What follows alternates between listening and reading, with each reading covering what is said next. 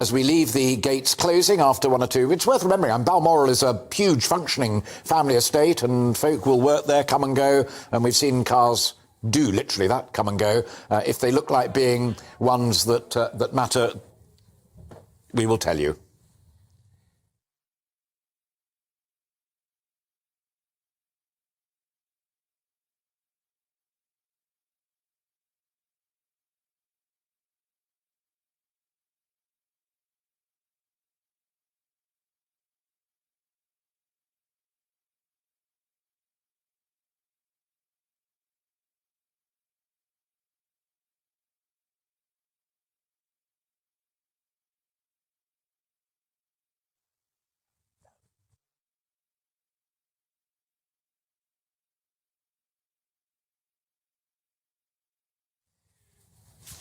It is with profound regret that we share with you the news that in the last few minutes, Buckingham Palace has confirmed that Her Majesty the Queen has died.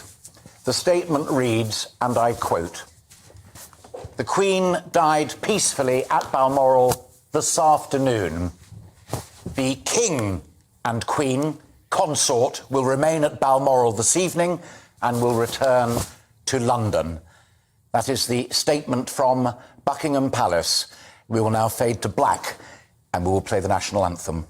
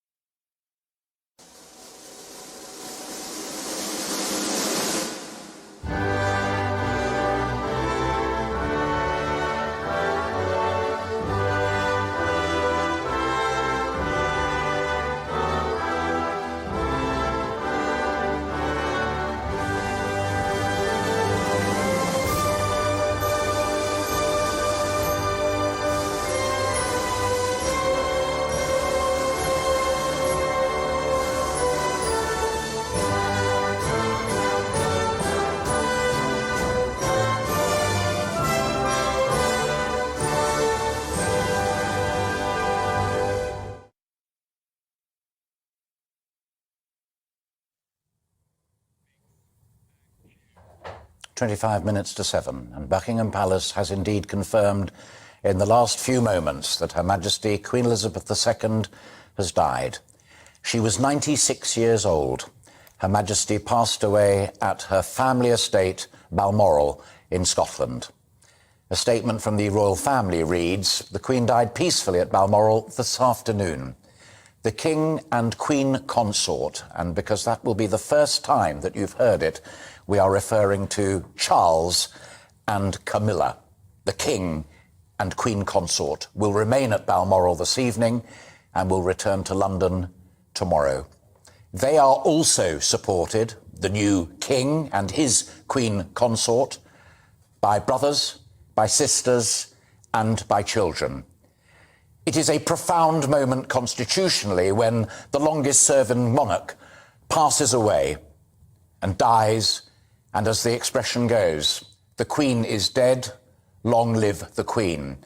But let none of us forget for one moment that this is also essentially a family event. It is a family matter.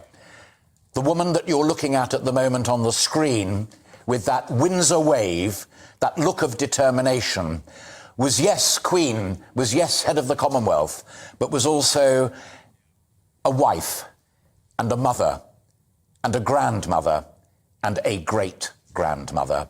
It has, as we've been saying, been an extraordinary reign, but after the announcement at midday that after due consideration, Her Majesty was advised by her doctors to remain under medical supervision and the family was summoned, it was inevitable that this day of historic change would unfold as it has. That is the sovereign's standard on top of Buckingham Palace. The Queen has died, but there is a new king. The head of state has kept her promise of a life of service to the nation. This will, of course, be an enormously sad day, as I said, for her family, the royal family, but also for the royal household, as well as the British people and the citizens of the Commonwealth. Many of us have been lucky enough to have met Her Majesty Queen Elizabeth, but it's a statement of truth that for the vast majority of people alive today, she is, of course, the only queen that all of us have ever known.